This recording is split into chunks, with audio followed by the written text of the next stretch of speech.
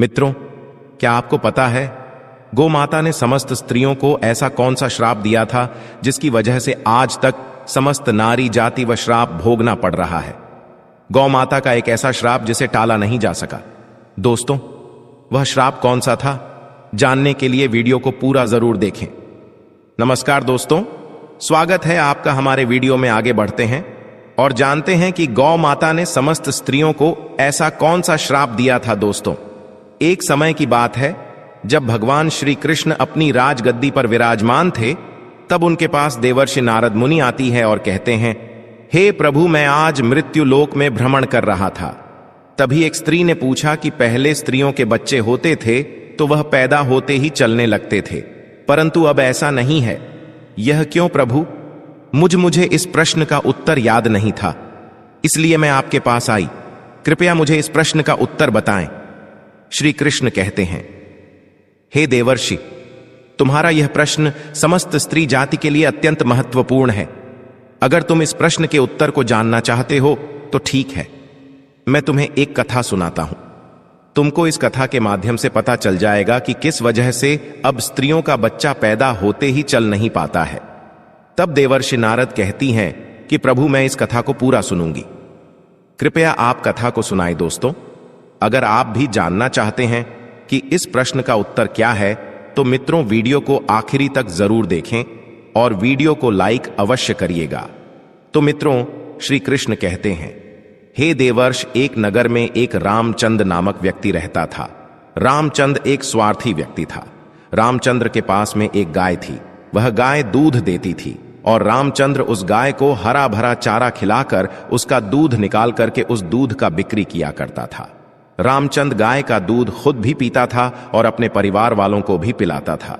गाय के दूध की वजह से ही रामचंद्र अपने घर की दिनचर्या चलाता था।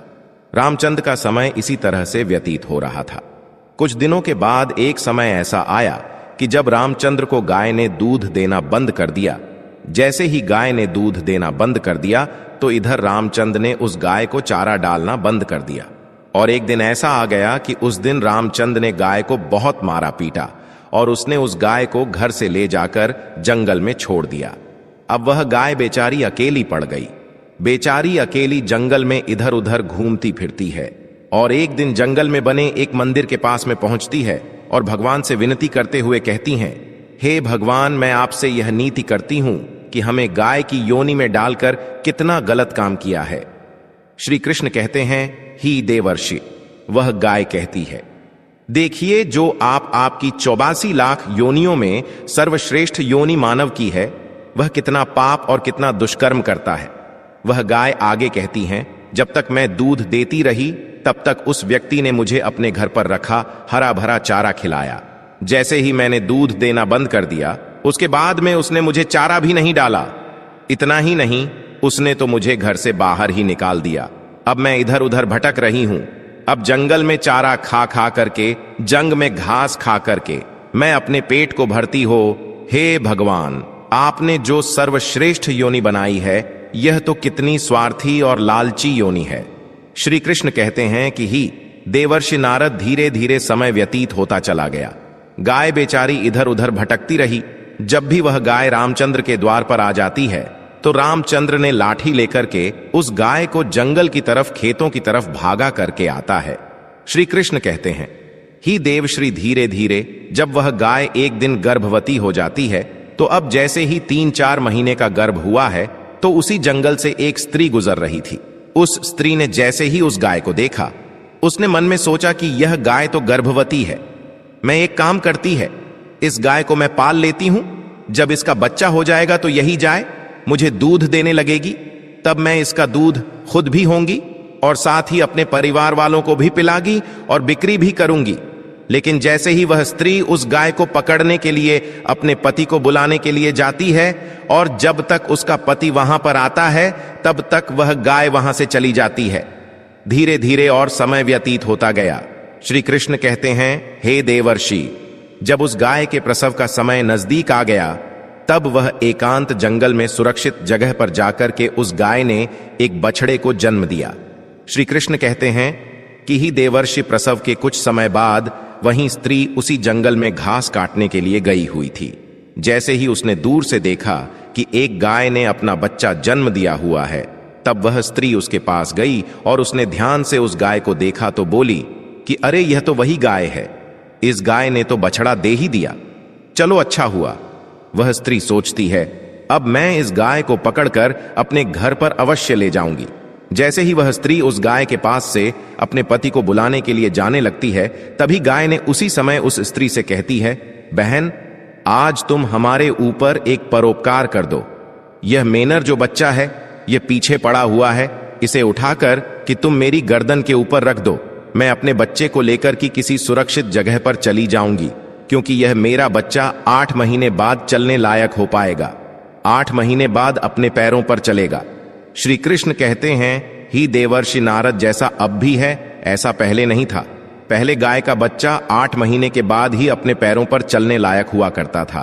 श्री कृष्ण कहते हैं, हे देवर्षि, लेकिन जैसे ही उस स्त्री ने गाय की बात सुनी तो बहुत बहुत जोर जोर से हंसने लगी और कहने लगी, तुम्हारा बच्चा इतना गंदा है, इतनी गंदगी में पड़ा है, मैं तुम्हारे बच्चे को उठा करके तुम्हारे कंधे पर क्यों रखूं? मैं तुम्हारे ऊपर यह परोपकार क्यों करूं? जैसे ही उस स्त्री ने उस गाय का बहुत मजाक बनाया, उस समय गाय बेचारी असहाय थी, वह अपने बच्चे को उठा नहीं सकती थी।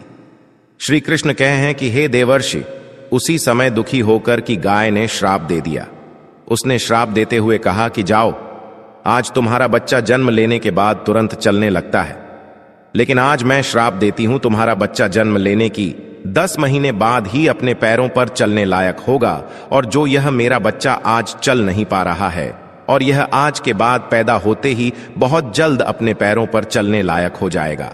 श्री कृष्ण कहते हैं, ही देवर्षि, इसी श्राप के कारण स्त्रियों का बच्चा जन्म लेते ही अपने पैरों पर चल नहीं पाता। दोस्तों, सतयुग में सुखदेव पैदा होने के तुरंत बाद ही अपने पैरों पर चलने लगे थे, और वेद व्यास भी जन्म लेने के तुरंत ही बाद अपने पैरों पर चलने लगे थे। यह बात तो सतयुग की थी, लेकिन कलयुग में ऐसा नहीं है। कलयुग में बच्चे को अपने पैरों पर चलने के लिए कम से कम 9 से 10 महीने लग जाते। इसका कारण यही है क्योंकि गाय ने समस्त स्त्री जाति को श्राप दे दिया था। उसी दिन से समस्त स्त्रियों की जो बच्चे पैदा होते ही चलने लग जाते थे, उनकी प्रक्रिया वहीं पर रुक गई। गाय के श्राप के कारण ही स्त्री का बच्चा 910 महीने बाद ही चलने लायक, अपने पैरों पर खड़े होने लायक बन पाता है, और गाय का बच्चा उसी दिन से अपने पैरों पर चलने लायक हो जाता है। इसीलिए किसी की आत्मा को कष्ट नहीं देना चाहिए, और यही सनातन धर्म का सबसे बड़ा धर्म है। गोस्वामी तुलसीदास ने लिखा है, पर हिट सरल धर्म नहीं दोस्तों, दूसरे के दुख में दुखी हो जाना, दूसरे के काम आना सबसे बड़ा धर्म माना गया है। तो इसलिए हमें असहाय पशु की, पक्षियों की सहायता करनी चाहिए। गाय के श्राप की वजह से ही जितनी भी पशु पक्षी हैं, उन सबके बच्चे जन्म लेने के तुरंत बाद चलने लग जाते हैं। लेकिन स्त्रियों के बच्चों पर इसका विपरीत प्रभाव पड़ा कि जन्म के तुरंत बाद स्त्री का बच्चा चलने लायक नहीं बन पाता। एक स्त्री की गलती से आज समस्त मानव जाति की महिलाओं को श्राप का खामियाजा आज भी भुगतना पड़ रहा है। मित्रों, आपको यह जानकारी कैसी लगी हमें कमेंट में अवश्य बताइएगा, और कमेंट में जय श्री राम अवश्य लिखना। साथ ही अगर आप हमारा चैनल पर नए हैं तो चैनल को सब्सक्राइब अवश्य कर लेना, हो सके तो इस वीडियो को ज्यादा से ज्यादा लोगों तक शेयर अवश्य करें। वीडियो देखने के लिए आपको दिल से बहुत बहुत धन्यवाद।